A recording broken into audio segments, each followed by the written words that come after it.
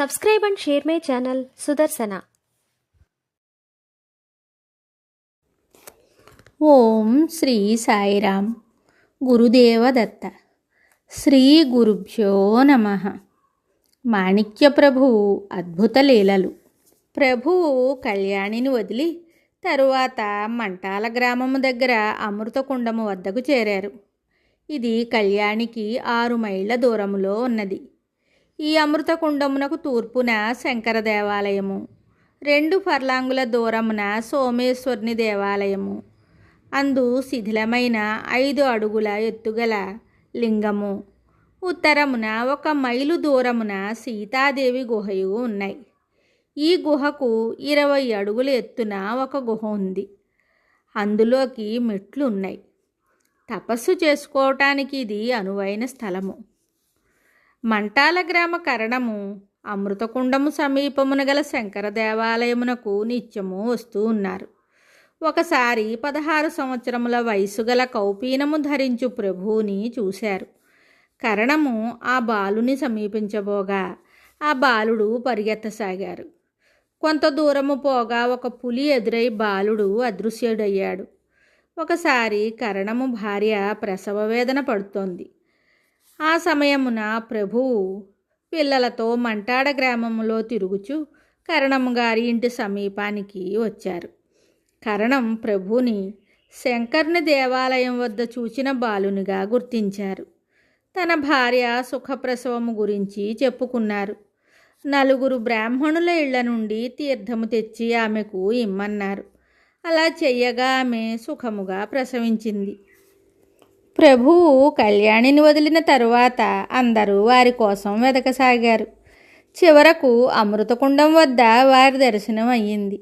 నేను ప్రపంచ విషయములకు తగినవాడును కాను. నా తమ్ముడు నృసింహతాత్య తగినవాడు కనుక నన్ను వదిలి మీ ఇంటికి వెళ్ళండి అని ప్రభువు వారికి చెప్పారు. ప్రభువు అమృతకుండము వద్ద ఉంటూ కొంతకాలము వెళుతూ మరలా అక్కడికి వస్తూ ఉండేవారు. ఈ నిర్జన ప్రదేశం అంతా కూడా భజనలతో, పూజలతో, భక్తులతో నిండిపోసాగింది. బాధలను తీర్చుకోవడానికి వచ్చేవారి సంఖ్య ఎక్కువ కాసాగింది.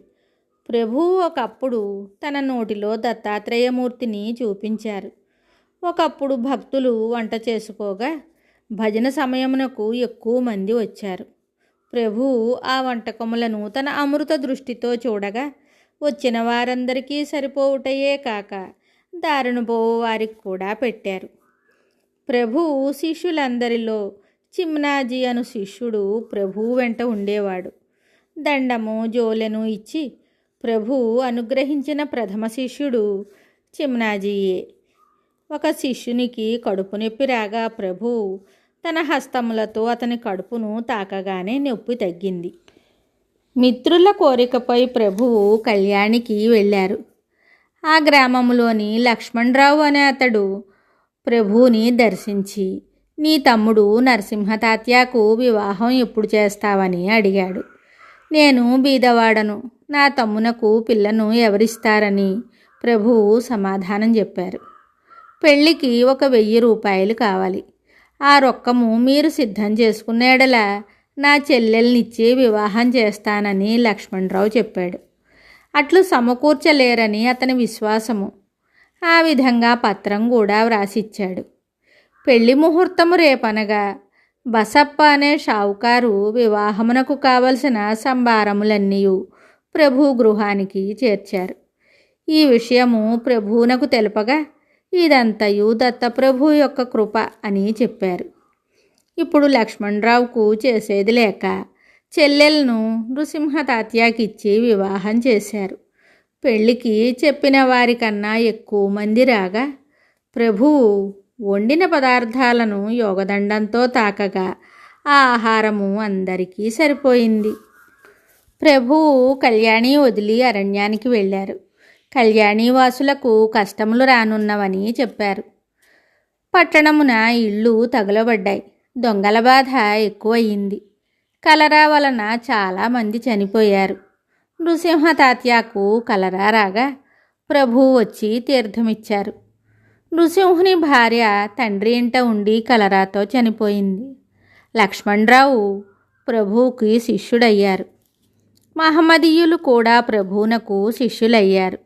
ఒక ముసల్మాను ప్రభువును చంపటానికి ప్రయోగం చేశారు. కానీ అది అతనికే ప్రమాదమై చనిపోవడానికి సిద్ధమయ్యాడు. అతని అన్న ప్రభుని వద్ద మొరపెట్టుకోగా అతనిని ప్రభువు రక్షించారు. నీ మేలును కోరుకునే ఎడల ఇతరుల మేలు ఎల్లప్పుడూ కోరుచుండుమని ప్రభువు అన్నారు.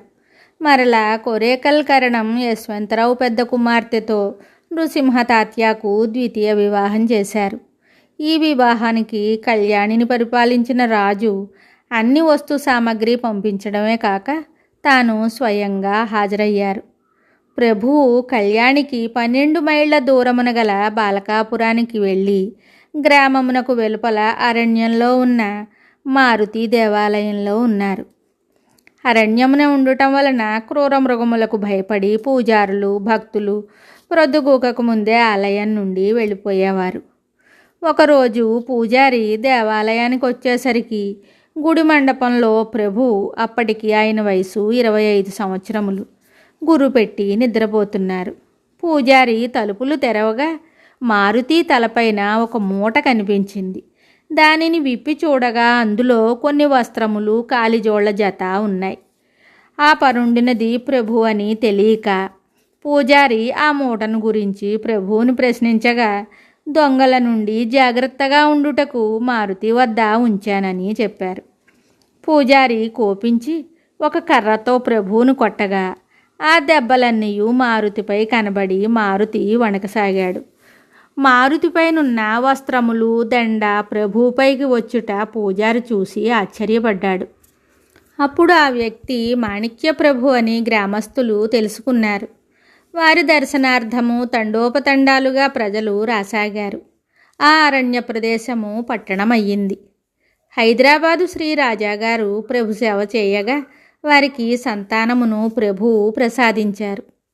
ఆ కుర్రవానికి శంకరరాజా అని ప్రభువు పేరు పెట్టించారు. ప్రభువు మారుతి మీద భజన స్తోత్రము చేశారు. ఆ స్తోత్రముతో ఇప్పటికీ ప్రతి శనివారం రోజున భజన జరుగుతూ ఉంటుంది. 4 మాసముల తరువాత ప్రభువు మైలారునకు వెళ్ళారు. తల్లి భయాదేవి సోదరుడు నృసింహ తాత్యా ప్రభువుతో మైలారు వచ్చారు. మరిన్ని లీలలతో మళ్ళీ కలుద్దాం. శుభం. Subscribe and share my channel Sudarsana.